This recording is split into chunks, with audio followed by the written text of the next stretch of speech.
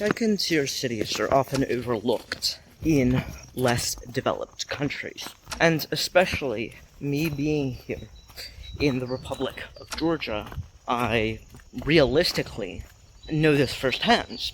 I've lived here for 2 years.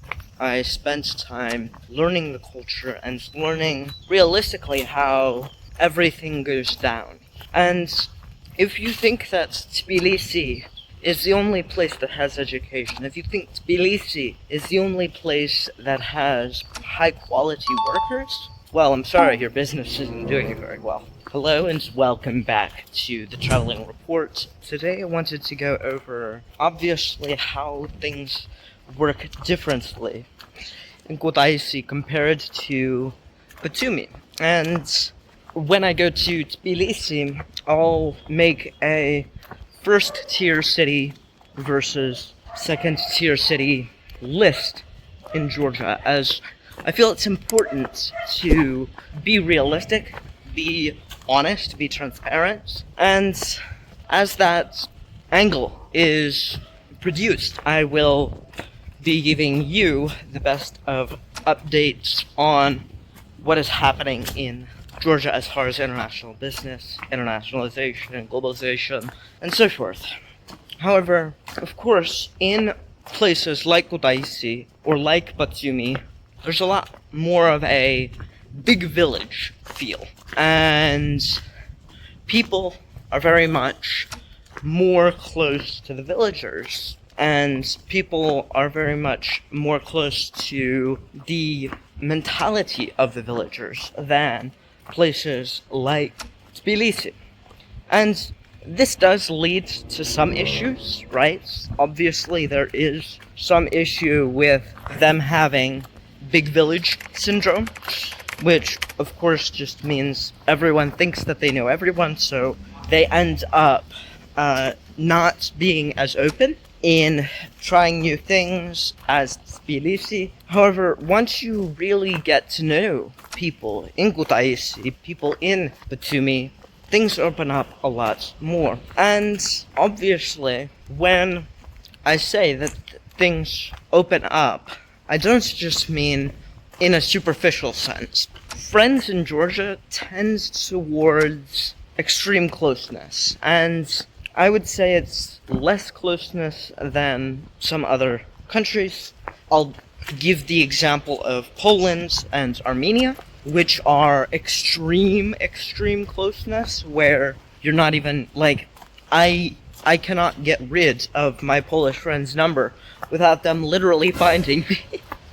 Which, for me, that's positive, right? But for some, that's not as much of a benefit. But of course, in Georgia, you get to know their family. You get to, even if they're your employees, right? You'll get to know their family. You'll get to know how they live their life, what they do within their life. And that's something, of course, that is nice about Georgia, and a drawback, of course, as well. Because if you know their family, they're gonna expect you to go out, and whenever you're in Georgia, I have some places that I have to return to without question here in Kutaisi due to that fact. But I don't mind that, right? And I don't mind that people are so close as well. You may, and if you do, that's perfectly fine. We can find you a jurisdiction or locality where you don't have to get involved in the community. So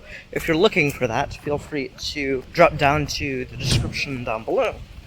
However, really, I think that's what the big village syndrome creates, is a very tight-knit community where you can talk to anyone about just about anything, and they will, be open to speaking. They will be hospitable and honest.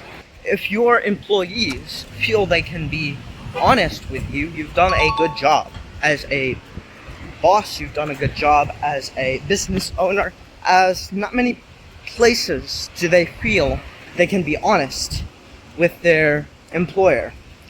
And of course, Georgians are very expressive regardless, and I love them for that. However, it's amplified for sure in places like Kutaisi, like Batumi, and it gets even more amplified when you go to places like Giatura or Samtredia, because even though, these examples I gave are all in a Mahara is similar to, say, a province in Canada or a state in the United States, or a country in the UK. It's similar in those administrative terms to those divisions, but even though they're all in the same Mahara, essentially you get very different views of what is acceptable and what's not. Of course, living here, you kind of understand a bit more of what that means. However, to try to explain and elaborate, as you can see with me walking around, people are out, and people are speaking with one another. They're communicating, and realistically, they're all in groups. They don't mind being together. And this is something that separates Georgia, I feel, from a lot of countries. It's a very communal place. It's almost like one of the most communal places I've been to. And this creates a very unique fracture, because Tbilisi is not very communal. You will find people who are very individualistic. You will find people with the Western mentality of standards towards relationships, towards living. And this is normal for any developing country. The capital city typically aspires towards something different. However, obviously, as I walk through, you can see that it's a very different atmosphere to Tbilisi. And to me personally, I love that. I love that fact. And of course, if you are looking for some way to move here or to any of the cities that I've mentioned, or you are looking for any advice regarding, the banking, lifestyle, whatever, and you're wanting to internationalize your life, feel free to comment down below, or reach out, book a call, one-on-one, absolutely free for 15 minutes. If you like this video, feel free to like it. If you really like this video, feel free to share it. Oh, and of course, if you are at all interested in joining me on this journey of internationalization and globalization, feel free to subscribe. With that said, this has been the Traveling Report, signing off.